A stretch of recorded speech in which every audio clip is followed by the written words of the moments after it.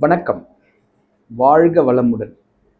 மூவிரு முகங்கள் போற்றி முகம்பொழி கருணை போற்றி ஏவரும் துதிக்க நின்ற ஈராறு தோள் போற்றி காஞ்சி மாவடு வைக்கும் செவ்வேல் மலரடி போற்றி அண்ணான் சேவலும் மயிலும் போற்றி திருக்கைவேல் போற்றி போற்றி. வெற்றிவேல் முருகனுக்கு ரோகரா. 30/4/2026 நரசிம்மர் ஜெயந்தி. ஸோ இந்த விஷயத்தெல்லாம் நம்ம பார்க்க போகிறோம். அதுக்கு முன்னாடி சில விஷயங்கள்.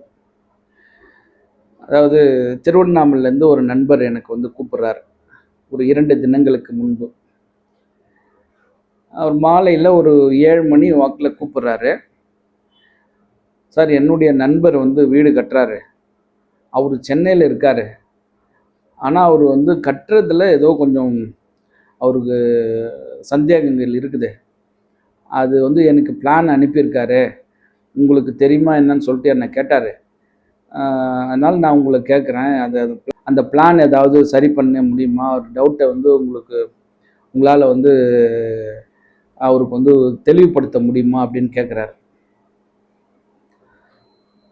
நான் தெளிவுபடுத்துறேன்னு சொல்லிட்டு அது பழைய வீடா புது வீடான்னு கேட்கும்போது புதுசாக தான் வீடு கட்டுறாரு அப்படின்னாரு. இப்போ புது வீடுன்னா கட்டுற லொக்கேஷன் முதல்ல செலக்ட் பண்ணணும், அதுக்கப்புறம் தான் நீங்கள் வீடு கட்ட ஆரம்பிக்கணும் அப்படின்னு சொல்கிறேன்.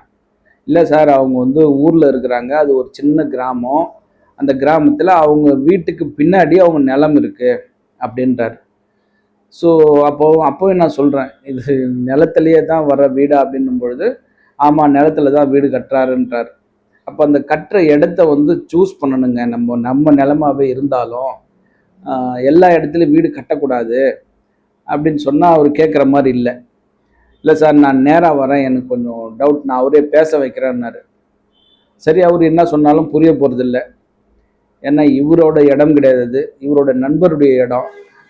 அவர் சொல்லி தான் இவர் கேட்குறாருன்னும் போது அவரே பாதி தான் சொல்லியிருப்பார், இவரும் அதில் பாதி தான் என்கிட்ட சொல்லுவார். சரி நீங்கள் வாங்க அப்படின்னேன். எப்போ வரட்டோன்னார். நாளைக்கு காலையில் வர முடியுமா அப்படின்னேன். ஓகே, நான் நாளைக்கு காலையில் வரேன்னாரு. எப்போ வரீங்க அப்படின்னேன். நீங்கள் சொல்லுங்கள் நேரம்னாரு. சரி, ஒரு 7:30 மணிக்கு வாங்க அப்படின்னேன். காலையில் என்னுடைய ஆஃபீஸ் வந்துருங்க அப்படின்னு சொல்லிட்டு அந்த ஆஃபீஸோட வழியெல்லாம் சொல்லிட்டேன். எனக்கு நிறைய ப்ரோக்ராம் உண்டு அன்னைக்கு. சரி, நம்ம கமிட்மெண்ட் கொடுத்துட்டுமே அப்படின்னு சொல்லிட்டு நான் 7 மணிக்கெலாம் போயிட்டு ஆஃபீஸில் உட்காந்துட்டேன். சரி, அவர் சீக்கிரமாக வந்துட்டா நம்ம வந்து அந்த வேலையெல்லாம் முடிச்சுட்டு வந்துடலாம் அப்படின்னு. அவர் 8 மணி வரைக்கும் வரல. நான் 8 மணிக்கு ஃபோன் பண்ணுறேன், ஃபோன் எடுக்கலை, ரிங் மட்டும் போயிட்டே இருக்கு. இப்போ வரைக்குமே அவர் வந்து நான் வரலன்றத எனக்கு வந்து சொல்லலை. ஸோ நான் வந்து எவ்வளோ ஒரு டைட் பேக்கிங்கில் இருக்கேன். அதில் வந்து ஒரு சந்தேகம்னு கேட்கும்போது நான் சொல்கிறதுக்கு நான் ரெடியாக தான் இருக்கேன். அப்போது அந்த கமிட்மெண்ட் கொடுத்ததுக்கப்புறம் அவர் வரல, ஃபோன் பண்ணி நான் வரலன்னு சொல்லலை, நான் ஃபோன் பண்ணாலும் எடுக்கலை, திரும்பவும் அவர் நான் வரலன்னு சொல்லவே இல்லை. அப்படின்னா இப்போது இந்த மாதிரியான ஆட்களுக்கு வந்து எது நல்லது, எப்படி நல்லது நடக்கும்? அதாவது நமக்காக ஒருத்தர் வெயிட் பண்ணியிருக்காரு, நம்ம தான் கூப்பிடுறோம், அவங்கள டிஸ்டர்ப் பண்ணுறோம், எனக்கு இந்த சந்தேகத்தை கொஞ்சம் தெளிவுபடுத்த முடியுமான்னு கேட்குறோம். அவங்க சொல்கிறதுக்கு ரெடியாக இருக்காங்க. அவர் வரல அப்படின்னும் பொழுது அப்போ இந்த பிரபஞ்சம் அவங்களுக்கு எதையுமே கொடுக்காது. ஸோ கொஞ்சம் அதெல்லாம் பார்த்துக்கோங்க. நீங்கள் யாருக்காவது ஒரு கமிட்மெண்ட் கொடுக்குறீங்க அப்படின்னா அந்த நேரத்துக்கு நீங்கள் போயிடுங்க. உங்களால் போக முடியலன்னா என்னால் வர முடியல அப்படின்ற ஒரே ஒரு மெசேஜ் மட்டும் போட்டுருங்க. உங்களால் ஃபோன் பண்ணி சொல்ல முடியலன்னா கூட அடுத்தவங்க நேரத்தை நீங்கள் வேஸ்ட் பண்ணாதீங்க. யாரெல்லாம் அடுத்தவங்க நேரத்தை வேஸ்ட் பண்ணுறாங்களோ அவங்கெல்லாம் வந்து லைஃப்பில் வந்து ஒரு நல்ல நிலையில் அவங்களால இருக்க முடியல. அவங்க வந்து ஒரு மகிழ்ச்சியான வாழ்க்கையை அவங்களால வாழ முடியல. நான் தினம் தினம் பார்த்துட்ருக்கேன். ஸோ நேரத்தை வீணடிக்காதீங்க. அடுத்து என்ன விஷயம் அப்படின்னா, நான் என்னுடைய பர்சனல் வேலையாக ஒரு டாக்குமெண்ட் ரைட்டரை போய் பார்க்குறேன். நேற்று ஒரு 12:30 மணி இருக்கும். அப்போ போய் அவர்கிட்ட ஃபோன் பண்ணுறேன். அவருக்கு ஃபோன் வந்து நாட் ரீச்சபிள்னு சொல்லுது. சரி, நேராக போயிடலாம், பக்கத்தில் தான் இருக்காருன்னு சொல்லிட்டு அவர்கிட்ட நேராக போகும்போது கொஞ்சம் பிஸியாக இருந்தார். போன உடனே சார் எக்ஸ்கியூஸ் மீ அப்படின்னா, சார் வாங்க அப்படின்னு சொல்லி கூப்பிட்டு உட்கார வச்சு பேசினார். அப்போ என்னுடைய பர்சனல் வேலையாக நான் என்ன பண்ணேன், ஒரு டாக்குமெண்ட் கொடுத்து, சார் இது வந்து அந்த காலத்தில் எழுதுனது, அது எல்லாமே அந்த தமிழை வந்து ஜாயின் லெட்டராக எழுதியிருக்காங்க. எனக்கு ஒரு சில வார்த்தையெல்லாம் புரியல. எனக்கு வந்து இப்போதைக்கு எனக்கு தமிழில் அதே மாதிரி டைப் பண்ணி கொடுத்துருங்க. இந்த டாக்குமெண்ட்டை எனக்கு ஒரு சாஃப்ட் காப்பியாவோ இல்லை ஹார்ட் காப்பியோ நான் டைப் பண்ணி ஒரு பிரிண்ட் அவுட்டில் கொடுங்க அப்படின்னேன். சரிங்க சார் நான் கொடுக்குறேன் அப்படின்னு சொல்லிட்டு பேசிகிட்டு இருக்கும்போது, அவருக்கு வந்து ஒரு 2 வருடங்களுக்கு முன்னாடி அவங்க நிலத்துல வீடு கட்டணும். அந்த வீடு வந்து பூசு வேலைலாம் செஞ்சு முடிச்சுட்டு இன்னும் பெயிண்ட் அடிக்காமல் இருக்குது. அதுக்குள்ளாரவே இவர் ஒரு பிளாட் ஒன்று வாங்கினார். அவங்க மகளுக்கு திருமணம் பண்ணார். அப்படியே அந்த அந்த பிஸியில் வந்துட்டார். இந்த வேலை முடியல. அப்போ சொன்னார், சார் இன்னும் அந்த வேலையை என்னால் முடிக்க முடியல அப்படின்னாரு. சார் அது அப்படியே இருக்கட்டும், மற்ற வேலைலாம் உங்களுக்கு நடக்குது இல்லை, உங்களுக்கு அந்த வீடு வந்து இப்போதைக்கு ஒரு அவசியம் இல்லாத ஒன்றாக இருக்குது, அதனால் நீங்கள் அப்படியே நிப்பாட்டி வச்சுருக்கீங்க, மற்ற வேலையெல்லாம் வந்து கான்சென்ட்ரேட் பண்ணிகிட்ருக்கீங்க. நான் கோவில் போனீங்களா அப்படின்னேன். நான் போயிட்டு வந்தேன் சார்ன்னாரு. எத்தனை முறை போனீங்கன்னு? ஒரு டைம் தான் போயிட்டு வந்தேன்னாரு. அதுக்கப்புறம் நிலத்துல ஒரு இடத்துல நீங்கள் கிணறு வெட்டி வச்சு அந்த மண்ணெல்லாம் கொட்டி ஒரு மேடாக இருந்தது, அந்த மேட்டெல்லாம் வாரிட்டிங்களா அப்படின்னேன். காலி பண்ணிட்டீங்களான்னு. இல்லை சார் நான் இப்போ தான் பண்ண போகிறேன், இனிமேல் தான் பண்ண போகிறேன் அப்படின்றாரு. எங்கே உங்கள் பிரதர்ஸ்லாம் கேட்கும்போது, நிலத்தில் வந்து வேலை செஞ்சிட்ருக்காங்க, நடவு வேலை போயிட்டுருக்கு அப்படின்னாரு. இப்போ தான் மண் வர போகிறேன்னு சொல்கிறீங்க, நடவு வேலை போகுது, எப்படி அதெல்லாம் பண்ணுவீங்க அப்படின்னா அவர் இல்லை சார் நான் பண்ணிடுறேன் அப்படின்னாரு. அதாவது ஏன்னா அவங்க அந்த வீட்டுக்கு வடகிழக்கு பக்கம் வந்து ஒரு கிணறு மேடு, பெரிய மேடாக இருக்குது. ஒரு 2 வருஷத்துக்கு முன்னாடியே நான் அந்த இடத்த போய் பார்க்கும்போது நான் லொக்கேஷனை செலக்ட் பண்ணுறேன், இந்த இடத்துல வீடு கட்டுங்கன்னு சொல்லி. ஆனால் அந்த வீடு கட்டுறதுக்கு முன்னாடி அந்த மண்ணெல்லாம் காலி பண்ணி எடுத்துருங்க, இது தேவையில்லாமல் வேலையை வந்து தடங்கல் பண்ணோம் அப்படின்னு சொல்கிறேன். சரி நாங்கள் வாரி எடுத்துடுறோம், அதை கொண்டு வந்து இங்கே கொட்டிக்கிறோம் அப்படின்னாங்க. பட் இன்னி வரைக்கும் செய்யலை. 2 வருஷத்துக்கு மேலேயே ஆகிப்போச்சுன்னு நினைக்கிறேன் நான். ஒரு வேலை நிற்குது அப்படின்னா காரணம் இதுதான். நம்ம வந்து ஒரு புது வீடு கட்டும்போதும் சரி, ஒரு இடம் போய் பார்க்கும்போதும் சரி, ஒரு வேலை ஆரம்பிக்கும் போதும் சரி, வடகிழக்கு பகுதியில் நீங்கள் ஒரு வெயிட் வச்சுட்டிங்கன்னா அந்த வேலை வந்து அவ்வளோ சீக்கிரம் உங்களால் முடிக்க முடியாது. இதை நம்ம தொடர்ந்து வலியுறுத்திட்டு வரோம். ஆனால் வந்து மக்கள் அதெல்லாம் செவி மடுத்து கேட்குறதா இல்லை. எனக்கு வீடு கட்டுற வேலை மட்டும் முடிஞ்சால் போதும், மற்ற வேலை அப்படியே நின்னாலும் இருக்கட்டும் அப்படின்ற ஒரு கான்செப்டில் தான் போயிட்டுருக்காங்க. ஸோ அந்த வகையில் அந்த நண்பர் வந்து இன்றைக்கும் அந்த 2 வருஷத்துக்கு மேலே ஆச்சு, அந்த வடகிழக்கு பகுதியில் இருக்கக்கூடிய அந்த கிணறு மேட்டை வந்து அவங்க குறைக்காமல் இருக்கிறதுனால இந்த வீடு வந்து அவங்களால முடிக்க முடியாமல் இருக்குது. அதாவது பணம் அவங்களுக்கு ஒரு வகையில் வந்துக்கிட்டு தான் இருக்குது, இருந்தாலும் அவங்களால செய்ய முடியல. அது காரணம் என்னன்னா, அந்த மண்மேடு வடகிழக்கு பகுதியில் வெயிட் இருக்கிறதுனால அது வந்து தடையை பண்ணிக்கிட்டே தான் இருக்கும். ஸோ அப்போது அவர்கிட்ட அப்போ இன்சஸ்ட் பண்ணி சொல்கிறோம், அந்த மண்ணை கொஞ்சம் வாரி எடுத்துருங்க, வீடு கம்ப்ளீட்டாக வேலை முடிஞ்சிடும், நீங்களும் கிரகப்பிரவேசம் பண்ணிடலாம் அப்படின்னா. சரி நான் நிச்சயமாக ட்ரை பண்ணுறேன் அப்படின்னாரு. அப்போது கூடவே வந்து என்னுடைய பையன் வந்து கூட எனக்கு உதவியாளராக இருக்கார். அவர் வக்கீல் படிச்சிருக்காரு. அவருக்கு தான் அலைன்ஸ் பார்த்துட்ருக்கோம், ஒன்றும் செட் ஆகாமல் இருக்குது. ஒரு நல்ல ஃபேமிலியாக இருந்தால் வேலைக்கெலாம் போக தேவையில்லை, எங்கள் வீட்டோடு இருந்தால் போதும், எங்களை பார்த்துக்கினா போதும், அந்த மாதிரி ஒரு பொண்ணு பார்த்துன்னுக்குறோம் அப்படின்னு சொன்னார். சரி உங்கள் சன்னோட பயோடேட்டா கொடுங்க பார்க்கலாம் அப்படின்னேன். எனக்கு தெரிஞ்ச இடத்துல நானும் வந்து அலைன்ஸ் நான் ஏற்பாடு பண்ணுறேன் அப்படின்னு சொல்லியிருக்கேன். அப்படி சொல்லும்போது அவங்க சன் கடைக்கு போயிருந்தார், வந்துட்டார்.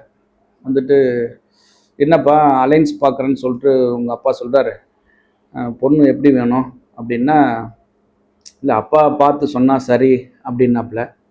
என்னப்பா அப்பாவை கல்யாணம் பண்ணிக்க போகிறாரு, நீ தானே பண்ண போகிற, பொண்ணு எப்படி இருக்கணும் அப்படின்னு சொல்லுன்னா, இல்லை அப்பா பார்த்து சொன்னாருன்னா சரிதான் சார் அப்படின்னு சொல்லும்போது, அப்பா வந்து சொல்கிறாரு அப்படின்னு சொன்னார்.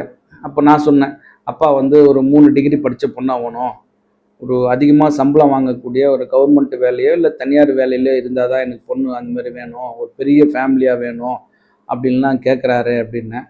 இல்லை அப்படிலாம் சொல்ல மாட்டார் அப்பா அப்படின்னாரு. நேராக 2 பேரும் எதிர்க்க உட்கார வச்சுன்னு பேசுகிறேன்.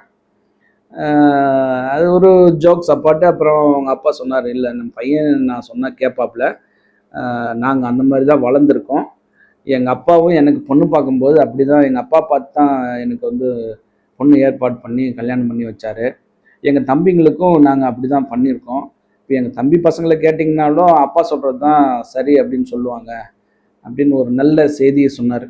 அது ரொம்ப நாளுக்கு அப்புறம் ஒரு செய்தி காதில் கேட்டேன், இந்த மாதிரி அப்பாவோட பேச்சை வந்து பசங்க கேட்குறதா. ஸோ அது ஒரு நல்ல ஒரு வரவேற்கத்தக்க விஷயம். நிச்சயமாக அவங்களுக்கு ஒரு நல்ல ஒரு பெண் கிடைப்பாங்க. அப்போ பேசிகிட்டு இருக்கும்போது அந்த நேரத்தில் ஒரு 2 பேர் வந்து அவர்கிட்ட வராங்க, அந்த டாக்குமெண்ட் ரைட்டரை பார்க்கறதுக்கு, நண்பரை. அவர் வந்த உடனே, என்ன நீங்கள் தப்பு தப்பாக பத்திரம் எழுதி கொடுத்துட்டீங்க, எங்களை வந்து ரொம்ப பிரச்சனையில் மாட்டி விட்டீங்க அப்படின்னாங்க. இவர் என்ன சொல்கிறாரு, நாங்கள் பேசிகிட்டு இருக்கோம், இப்போ ஒரு 1/4 மணி நேரம் வெயிட் பண்ணுங்கள், ஒரு முக்கியமான விஷயம் பேசிகிட்டு இருக்கோம், வெயிட் பண்ணுங்கன்றார். அவங்க அதெல்லாம் காதலே வாங்கலை. எடுத்த உடனே நீங்கள் தப்பு தப்பாக பத்திரம் எழுதுனீங்க, எங்களை பிரச்சனையில் மாட்டி விட்டீங்க அப்படின்னாங்க.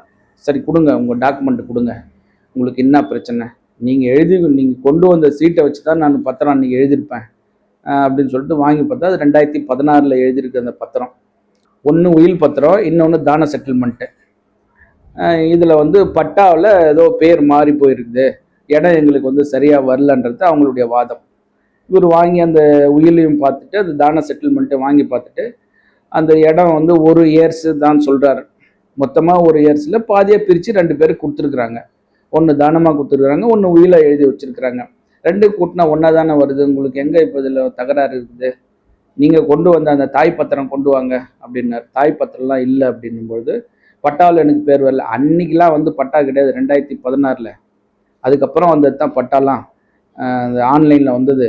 நீங்கள் போய் விஓவை போய் கேளுங்க, அவர் கொடுப்பாரு. கூட ஒருத்தர் வந்தார், அவர் சொல்கிறார், சார் 1 இயர்ஸ் கரெக்டாக தான் வந்து 2ஐயும் கூட்டினா, ஆனால் வந்து பட்டாவில் அவங்களோட பேர் வந்து இன்னொரு பேரும் சேர்ந்து வருதுன்னாரு. அவங்க 2 பேரும் தான் எழுதி கொடுத்துருக்குறாங்க, 2 பேரும் தான் வரும், டாக்குமெண்ட்டில் கரெக்டாக தானே இருக்குது, அதுபடி தானே பட்டாவிலையும் வரும் உங்களுக்கு அப்படின்னு சொல்லி புரிய வச்சதுக்கப்புறம், சரி சரி ஓகே, நாங்கள் போய் மனைகாரை போய் பார்க்குறோம் அப்படின்னு சொல்லிட்டு போயிட்டாங்க. அவங்கள பேசி அனுப்பியாச்சு. நான் ஒரு விஷயம் பேசுறதுக்காக அவர்கிட்ட போகிறேன். அவர் ஒரு சிக்கலான விஷயம், என் வேலை முடியல, என் பையனுக்கு வந்து பொண்ணு செட் ஆகும்னு நாங்கள் தேடிங்கிறோம், ஒரு சிக்கலாக இருக்குதுன்னு சொல்கிறாரு. அந்த நேரத்தில் ஒரு சிக்கலாக ஒரு மனிதர் வந்து வராரு. வந்து நீங்கள் எடுத்த உடனே நீங்கள் பத்திரம் தப்பாக எழுதி கொடுத்துட்டீங்க, எங்களுக்கு வந்து பிரச்சனையை உண்டு பண்ணிட்டீங்கன்றாரு. அப்புறம் பேசி அவங்களுக்கு கன்வின்ஸ் பண்ணி முடிச்சாச்சு. அப்போ நான் சொல்கிறேன், சார் உங்கள் பையனுக்கு வந்து பொண்ணு சீக்கிரம் செட் ஆகிடும், ஒரே நாளில் ஒரு 4 கோவில் போய் பார்த்துட்டு வாங்கன்னு சொல்லிட்டு அந்த கோவில்லாம் சொல்லி போய் பார்த்துட்டு வந்தீங்கன்னா உங்களுக்கு வந்து உடனே பொண்ணு செட் ஆகிடும் அப்படின்னு சொல்கிறேன். அடுத்து சொல்லி முடிக்கிறேன், வெளியில் வந்து ஒரு வண்டி நிற்குது, 2 வீலர். ஒரு ஆணும் ஒரு பெண்ணும் வந்து இறங்குறாங்க. இறங்கின உடனே நான் சொன்னேன், சார் உங்கள் பையனுக்கு வந்து பொண்ணு செட் ஆகிடுச்சு, பொண்ணு கிடச்சிடுச்சு, நீங்கள் கோயில் போயிட்டு வாங்க, உடனே உங்களுக்கு வந்து பொண்ணு வந்துடும், இதை வந்துட்டாங்க பாருங்கள் அப்படின்னு. அவங்க வெளியிலேருந்து உள்ளே வரதுக்குள்ளே நாங்கள் இதெல்லாம் பேசி முடிச்சிட்டோம். அவர் ஒரே ஹாப்பி, இது எப்படி நடக்கும் அப்படின்னாரு. இதுதான் பிரபஞ்சம். நம்ம ஒரு சிக்கலை பேசிகிட்டு இருக்கோம், ஒரு ஆள் வராரு, அவருக்கு தீர்வு கொடுத்தாச்சு. இதுதான் வந்து இந்த பிரபஞ்சம் நமக்கு கொடுக்குறது. உங்களுக்கு போக வேண்டிய இடம் வந்து ஒன்று இருக்குது, அதுக்கு நீங்கள் போயிட்டு வாங்கன்னு சொல்கிறேன். போயிட்டு வந்தீங்கன்னா பொண்ணு கிடைக்கும்னு சொல்கிறேன், பொண்ணு வந்துட்டாங்க.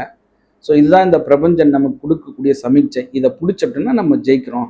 நிச்சயமாக உங்கள் பையனுக்கு வந்து சீக்கிரமாக மேரேஜ் செட் ஆகிடும், பொண்ணு கிடைச்சிடும், நீங்கள் அந்த கோவில் மட்டும் போயிட்டு வாங்கன்னு சொல்லியிருக்கோம். ஸோ அவரும் வந்து ரொம்ப சந்தோஷமாக சரி நான் போயிட்டு வரேன்னு சொல்லிட்டாரு. அதுக்கப்புறம் நான் கிளம்பி வந்துட்டேன். ஸோ ஒவ்வொரு விஷயமும் நொடி துல்லியமாக இந்த பிரபஞ்சம் நமக்கு சொல்லிக்கிட்டே இருக்குது, அடுத்து நடக்க போகிறது. ஸோ இதெல்லாம் நம்ம பிடிச்சிட்டோம்னா நாம் வந்து வெற்றியாளராக இருப்போம். ஸோ நிச்சயமாக அவருக்கு வந்து சீக்கிரமாக அவங்களுடைய பையனுக்கு வந்து பொண்ணு செட் ஆகி அவங்களுடைய அவர்களும் இந்த மன வாழ்க்கையில் சந்தோஷமாக இருக்கணும்னு சொல்லிட்டு நான் வணங்கக்கூடிய திருச்செந்தூர் முருகரை மனமாற பிரார்த்திக்கிறேன். அடுத்து நம்ம நாளைக்கு 30/4/2026 அது என்ன அப்படின்னா, பரந்தாமனுடைய 10 அவதாரங்களில் மிக உயர்வாக பேசக்கூடிய ஒரு அவதாரம் எதுன்னா அது நரசிம்மர் அவதாரம். ஏன் அப்படின்னா, தன்னுடைய பக்தன் கூப்பிட்டான்றதுக்காக அது எதையுமே பொருட்படுத்தாமல், அதாவது இந்த தூணில் இருப்பானா துரும்பில் இருப்பானா அப்படின்னு சொல்லிட்டு அந்த பக்தன் எதை கையை நீட்டுவானோ அப்படின்னு சொல்லி அந்த அந்த பக்தன் இருந்த இடத்துல எல்லாவுமாவே வந்து பெருமாளாக இருந்தாராம். எதை கையை நீட்டுறானோ அதுவா நான் வரணும் அப்படின்னு சொல்லிட்டு அந்த அவதாரம் தான் வந்து நரசிம்ம அவதாரம். அதாவது இரண்யன் நான் சாகா வரம் பெற்று இந்த உலகத்தையே நான் ஆட்சி பண்ணணும், என்னதான் மக்கள் கடவுளாக கொண்டாடணும் அப்படின்ற ஒரு கான்செப்டில் இரண்யன் வந்து ஆட்சி செஞ்சுருக்கும்போது அவனுக்கு பிறந்த மகனே வந்து நான் வந்து நாராயணன் தான் நான் வந்து கடவுளா ஏற்றுப்பேன், முன்னெல்லாம் நான் வந்து கடவுளா சொல்ல மாட்டேன் அப்படின்னு சொல்லும் பொழுது அந்த இரணியனுக்கு வந்து அந்த பிரகலாதனை பிடிக்காம போயிட்டு அவனை கொல்ல சொல்றான், ஆத்துல போட சொல்றான், கடல்ல போட சொல்றான், யானையை வச்சு மிதிக்க சொல்றான், நெருப்புல போட சொல்றான், பாம்பு விஷத்தை கொடுக்குறான், எல்லாத்துலேயும் மீண்டு வந்துடுறார் நாராயணனுடைய பேரை சொல்லி பிரகலாதன். கடைசியா உன்னுடைய நாராயணன் எங்க தான் இருக்கிறான்னு சொல்லு அப்படின்னு சொல்லி இரண்யன் பிரகலாதனை கேட்கும்போது இந்த தூணிலையும் இருக்கிறார் அப்படின்னு சொல்லி தூணை ஒன்று காட்டும் பொழுது அந்த இரண்யன் வந்து அந்த தூணை உடைச்ச உடனே அதுலேருந்து நரசிங்கமா அவதாரம் எடுக்கிறாரு நாராயணன். அந்த தூணிலிருந்து மனித உடலும் சிங்கத்தோட தலையுமா சேர்ந்து நரசிங்கமாக அந்த பெருமாள் வந்து அவதாரம் எடுத்து அந்த இரண்யனை வதம் பண்றார். ஸோ அப்படிப்பட்ட ஒரு நாராயணன் நரசிங்கமா அவதாரம் எடுத்த நாள் வந்து நாளைக்கு. அது நேரம் பார்த்தீங்கன்னா சூரியன் அஸ்தமனம் ஆகக்கூடிய நேரம். ஸோ அந்த நேரத்தில் நாளைக்கு வந்து எல்லாரும் அந்த நரசிம்மனை வழிபாடு பண்ணுங்க. நாளை என்பது நரசிம்மனுக்கு இல்லை, நீங்கள் கேட்குறதெல்லாம் கொடுப்பார், கேட்காதையும் கொடுப்பார். நரசிம்மனை வழிபாடு பண்ணுங்க. ஸோ அதுக்கு நம்ம என்ன சொல்லணும் அப்படின்னா, நாராயணனுக்கு உகந்த அந்த நரசிம்மனுக்கு உகந்த ஒரு ஒரு ஒரு ஒரு பாசுரம் இருக்குது. ஆடி ஆடி அகம் கரைந்து இசை பாடி பாடி கண்ணீர் மல்கி எங்கும் நாடி நாடி நரசிங்கா என்று வாடி வாடும் இவ்வானுதலே, எல்லா புகழும் நரசிம்மனுக்கே அப்படின்னு சொல்லி நீங்கள் அந்த நரசிம்மனுடைய அந்த ஸ்லோகம் சொல்லி நரசிம்மனை வழிபாடு பண்ணுங்க. நாளைக்கு சாயந்தரம் அந்த 5:30 மணிலேருந்து 6:30 மணிக்குள்ள அந்த நிகழ்வு அந்த வழிபாடு வச்சுக்கிட்டிங்கன்னா நிச்சயமா அந்த பிறந்த நாள் பரிசாக நரசிம்மர் நமக்கு வந்து எல்லா நன்மையும் செய்வார். நீங்கள் கேட்கக்கூடிய வரம் எல்லாத்தையுமே கொடுப்பார். எல்லாரும் வந்து நாராயணன் வழிபாடு பண்ணுங்க. நிச்சயமா உங்களுக்கும் நல்ல ஒரு வாழ்க்கையை அந்த நாராயணன் கொடுப்பார். பிரகலாதனுக்கு கொடுத்த இன்பத்தை போல. இந்த அற்புதமான தகவலை கொடுக்க உதவிய இந்த பிரபஞ்சத்திற்கு என் மனமார்ந்த நன்றி. ஆடி ஆடி அகம் கரைந்து இசை பாடி பாடி கண்ணீர் மல்கி எங்கும் நாடி நாடி நரசிங்கா என்று வாடி வாடும் இவ்வானுதலே, எல்லா புகழும் நரசிம்மனுக்கே. ஆறிரு தடந்தோள் வாழ்க, ஆறு முகம் வாழ்க, வெப்பை கூறு செய் தனிவேல் வாழ்க, குக்குடம் வாழ்க, செவ்வேளேறிய மஞ்சை வாழ்க, யானை தன் அணங்கு வாழ்க, மாறிலா வள்ளி வாழ்க, வாழ்க சீர் அடியார் எல்லாம், வெற்றிவேல் முருகனுக்கு அரோகரா. வணக்கம். வாழ்க வளமுடன், எல்லாம் செயல்கூடும்.